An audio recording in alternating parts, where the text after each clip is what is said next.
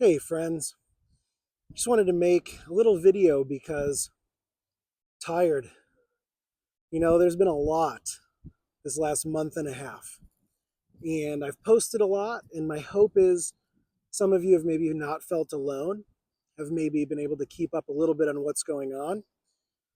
But I've also been talking to people almost daily through emails, phone calls, in person, comments, whatever it may be, who are just frustrated because we care about justice, we care about our world and what's happening, and a lot of people want to know what to do. So I wanted to just share a couple quick thoughts that I hope can be encouraging to not just, you know, share our frustrations about everything, but to really talk about what can we do. And for me, there's many things, but there's two that stand out.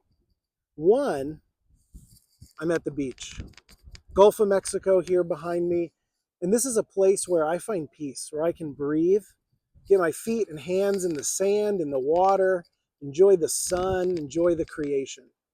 So where can you get a little space to breathe and just enjoy this good day? The second one is a story of Jesus. And I know not all of you are followers of Jesus, but I think you can see in this story that what he's really doing and teaching here is quite helpful. And it's a story found in Mark chapter 3, where Jesus goes into a place with other religious people, and there's a man there with a withered hand. And the religious people at the time, the teachers, they're wanting to know if he's going to heal because it's the Sabbath day, and that would, in their eyes, break the Jewish law. And Jesus starts to interact, and at one point he realizes that they're just not getting it, and the text tells us that he gets angry. The Greek word they use is orge. But here's the thing.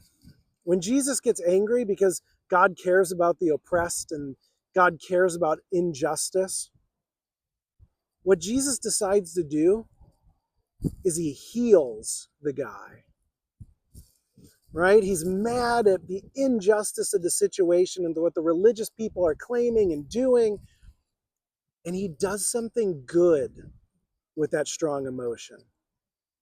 I know many of us are angry about what's happening in our world and our country. And we need to speak truth to power. We need to share about it. But what I would encourage you to do is to say that passion, those strong, intense emotions that come up, how can you channel them into loving somebody, into seeing someone who others aren't seeing, to listening to someone who it seems like no one else is listening to?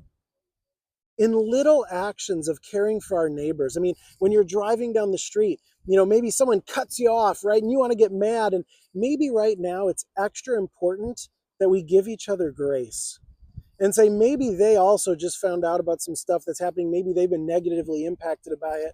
And we just give that little extra grace. We get to use this particular circumstance and everything that's happening to get extra creative.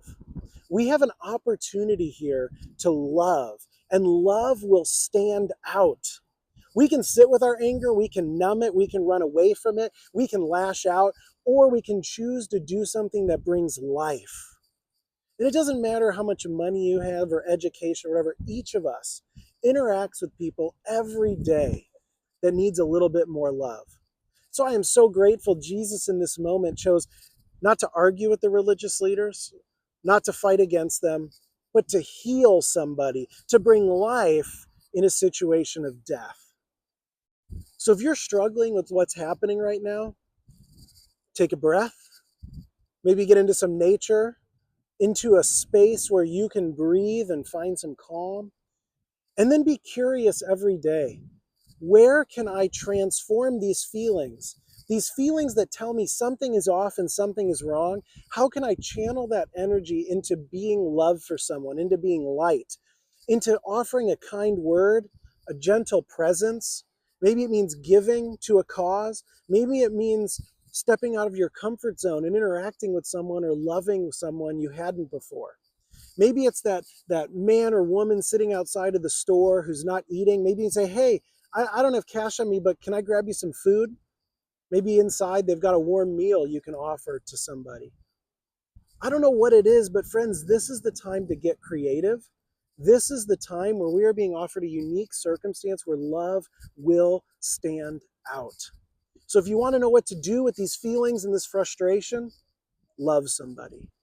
Go and be the world that we want it to be.